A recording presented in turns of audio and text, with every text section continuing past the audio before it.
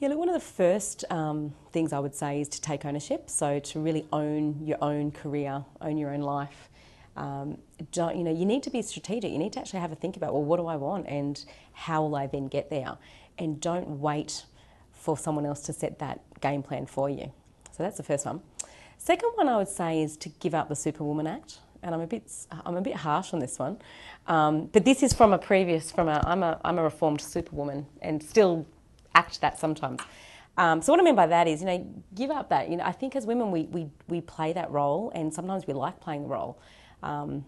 We bask in it a little bit, and we like to play the martyr a little bit. But the reality is, give it up. It's not attractive, and B, it's just not sustainable. So, it's not a sign of weakness to ask for help.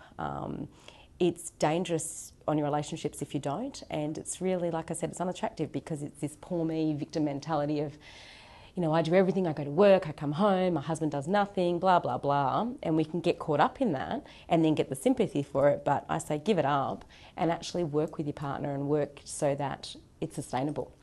And the third thing is to be selfish. People often say to me, oh, how do you do this and that? And the reality is I choose to be selfish sometimes.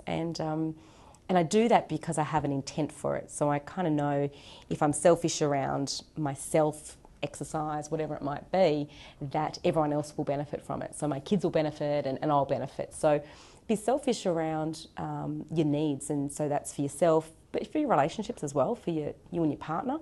You and your kids, and to take that time, because you can have the most successful career, the most successful business, but if it's all in vain of the most important things, which often in our life are our relationships, I know they are in mine, then what's the point? And the final one is probably play outside your comfort zone. Play outside your comfort zone. We don't sometimes because we feel this fear and it feels uncomfortable, so we go back and we play it safe, but play outside your comfort zone, because that's where life begins and transformation happens, and that's where the fun stuff is.